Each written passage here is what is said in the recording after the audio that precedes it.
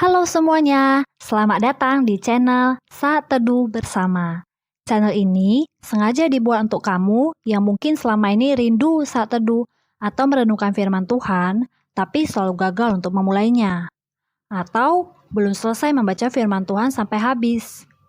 Sekarang, kamu bisa memulainya bersama saya. Setiap pasal-pasal yang saya bacakan, kamu juga bisa ikutan membacanya ya. Kita akan sama-sama membaca dan merenungkan firman Tuhan sehari demi sehari sampai menyelesaikan seluruh Alkitab. Tidak lupa juga, saya ingatkan, jika kamu ingin saat teduh bersama setiap harinya, kamu bisa tekan tombol subscribe di bawah ini, dan kamu juga bisa sharekan video ini ke teman-teman kamu, supaya mereka diberkati. Mari kita mulai saat teduh bersama dengan memperkatakan janji iman atau promise of faith sebagai langkah komitmen kita bersama. Kita baca bersama-sama ya. Dimulai dari versi bahasa Inggrisnya. Kamu sudah siap?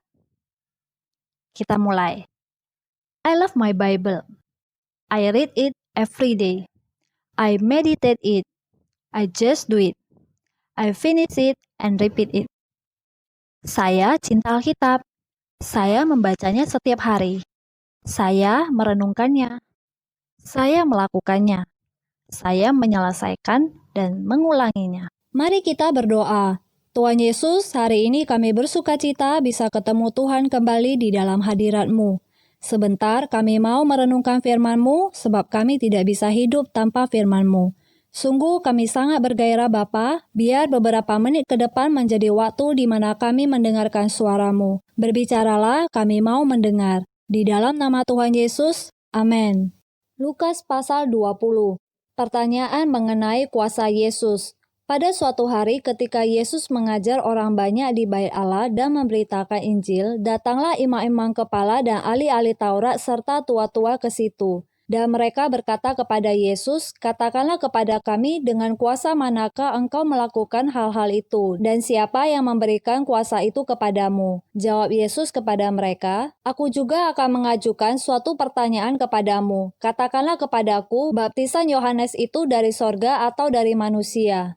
Mereka mempertimbangkannya di antara mereka dan berkata, "Jikalau kita katakan dari sorga, ia akan berkata, 'Mengapakah kamu tidak percaya kepadanya?' Tetapi jikalau kita katakan dari manusia, seluruh rakyat akan melempari kita dengan batu. Sebab mereka yakin bahwa Yohanes adalah seorang nabi." Lalu mereka menjawab bahwa mereka tidak tahu dari mana baptisan itu. Maka kata Yesus kepada mereka, "Jika demikian, aku juga tidak mengatakan kepadamu dengan kuasa manakah aku melakukan hal-hal itu." Perumpamaan tentang penggarap-penggarap kebun anggur.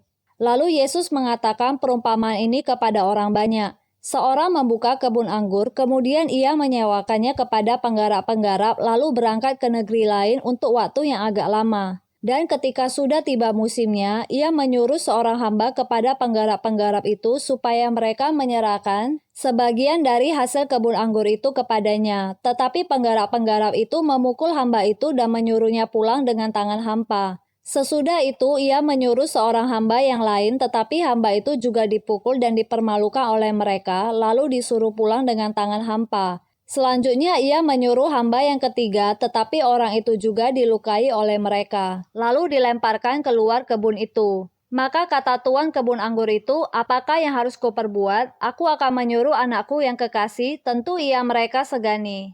Tetapi ketika penggarap-penggarap itu melihat anaknya itu, mereka berunding, katanya, "Ia adalah ahli waris, mari kita bunuh dia, supaya warisan ini menjadi milik kita." Lalu mereka melemparkan dia keluar kebun anggur itu dan membunuhnya. Sekarang apa yang akan dilakukan oleh tuan kebun anggur itu kepada mereka? Ia akan datang dan membinasakan penggarap-penggarap itu dan mempercayakan kebun anggur itu kepada orang-orang lain.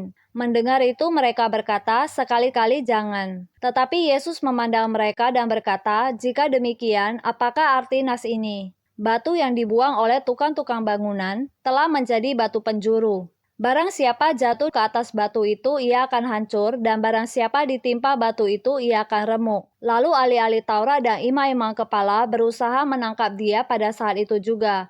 Tetapi mereka tahu bahwa merekalah yang dimaksudkannya dengan perumpamaan itu, tetapi mereka takut kepada orang banyak tentang membayar pajak kepada Kaisar. Ahli-ahli Taurat dan imam-imam kepala mengamat-amati Yesus. Mereka menyuruh kepadanya mata-mata yang berlaku seolah-olah orang jujur, supaya mereka dapat menjeratnya dengan suatu pertanyaan dan menyerahkannya kepada wewenang dan kuasa wali negeri. Orang-orang itu mengajukan pertanyaan kepadanya.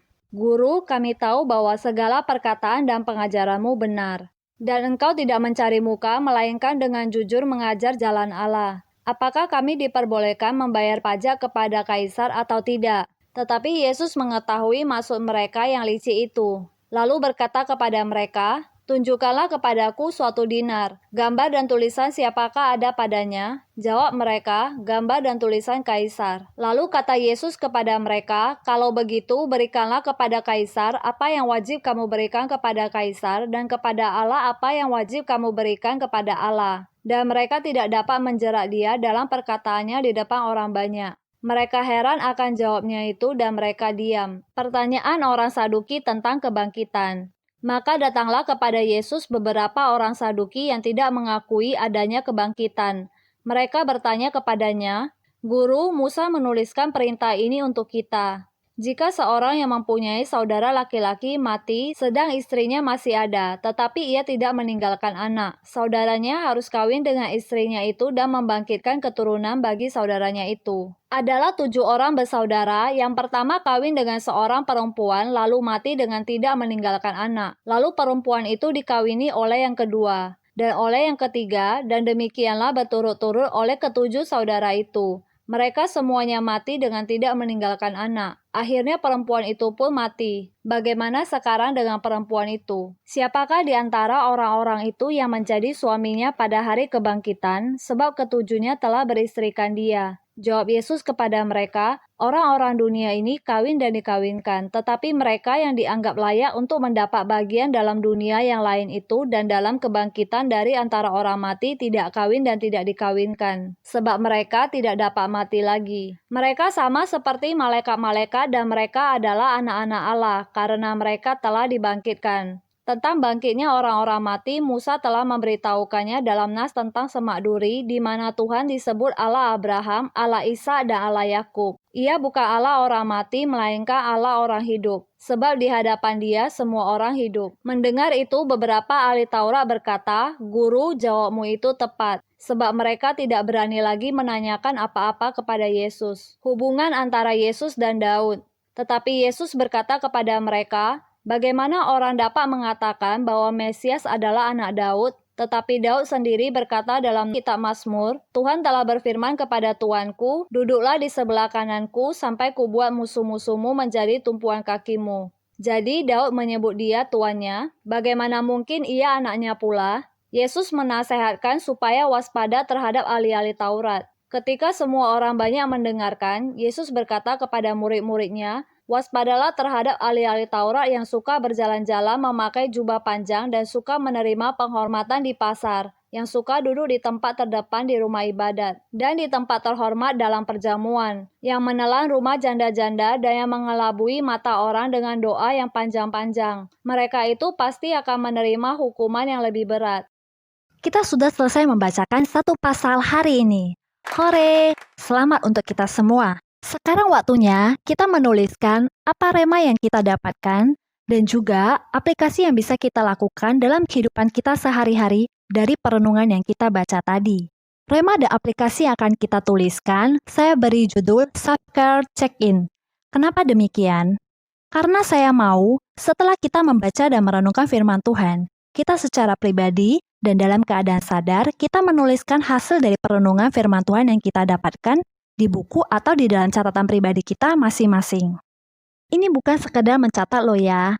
Ingat janji iman kita di awal tadi. Setelah membaca dan merenungkan, kita mau melakukan firman Tuhan. Apa itu rema?